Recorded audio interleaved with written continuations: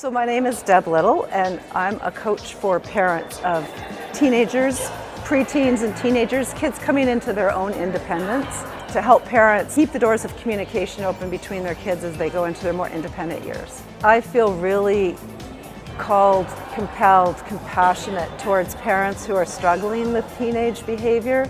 And I just want to say that it's not as hard and scary as it might seem, but that it's an opportunity for you to grow and become more of who you are by allowing your youth to become more of who they are. Often parents come to me when they feel like the communication is broken down between them and their children. They want to be able to re-engage in conversation because parents are concerned about their safety, where their children are going to be, what the children are doing, the groups that they're engaging with. What I find is as children become more independent, teenage years, grade 6, 7 and onwards, is that they stop talking to their parents because they know that what they're doing isn't necessarily going to meet with their parents' approval. So what it is about keeping the dialogue open so that the kids feel safe enough to continue those conversations and know that they're going to be supported rather than judged.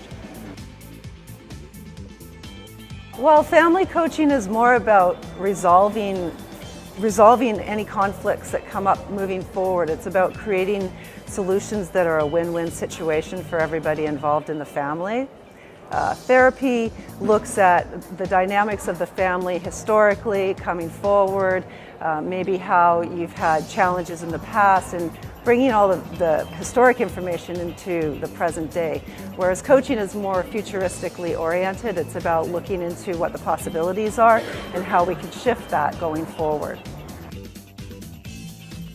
The real important thing to consider when you're hiring a coach is, what do you want? Do you want long-term change in the relationship, the family dynamic, or is it just an immediate problem that you need a solution to? Because as a family coach, I can come in and facilitate a dialogue to resolve some conflict going on and open up the communication.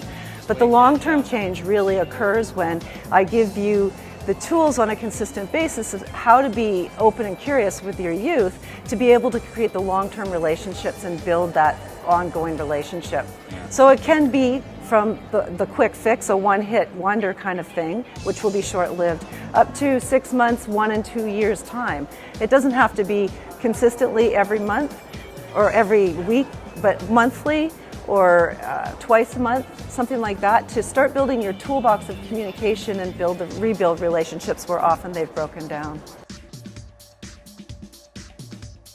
Interestingly enough, because often it's our own judgments that are impacting the relationship.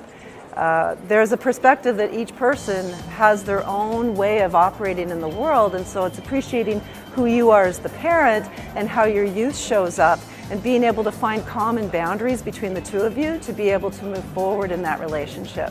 If it's only one-sided, there's going to be a lot of resentment built on behalf of the teen, and they're not going to want to engage in the relationship. The most poignant success story that I have for myself is really with myself and my teenage daughter, who at 17, when she graduated from high school, was heavily into drugs and alcohol, and I ended up having to kick her out of the house. And it was a pretty heart-wrenching place to have to go and to participate. I didn't think I could do it, but I had built a huge support network around me to do it, including a coach and support community people. And I asked her to leave the house, and she actually hit rock bottom. Had to go there before she could flip over a new leaf. She ended up going into a recovery house. And she's come out the other side in so many ways, and she still struggles in so many ways. The success story is that my daughter and I, while I had to ask her to leave the house, and there was a lot of anger and resentment that was built up at that time, she's now come back home. She's re-engaged in school, she's taking steps to be able to become independent, and she still struggles. But we do have an open line of communication, and there's not any point in time that she doesn't feel like she can come and ask for the help that she needs. Always be curious, never make assumptions. It's so easy to jump to conclusions about your teen's behavior because they're often on their own, doing their own things. But really, they may be living the values that you instilled with them at a really young age. And the minute that you make an assumption about that, you close the doors of communication.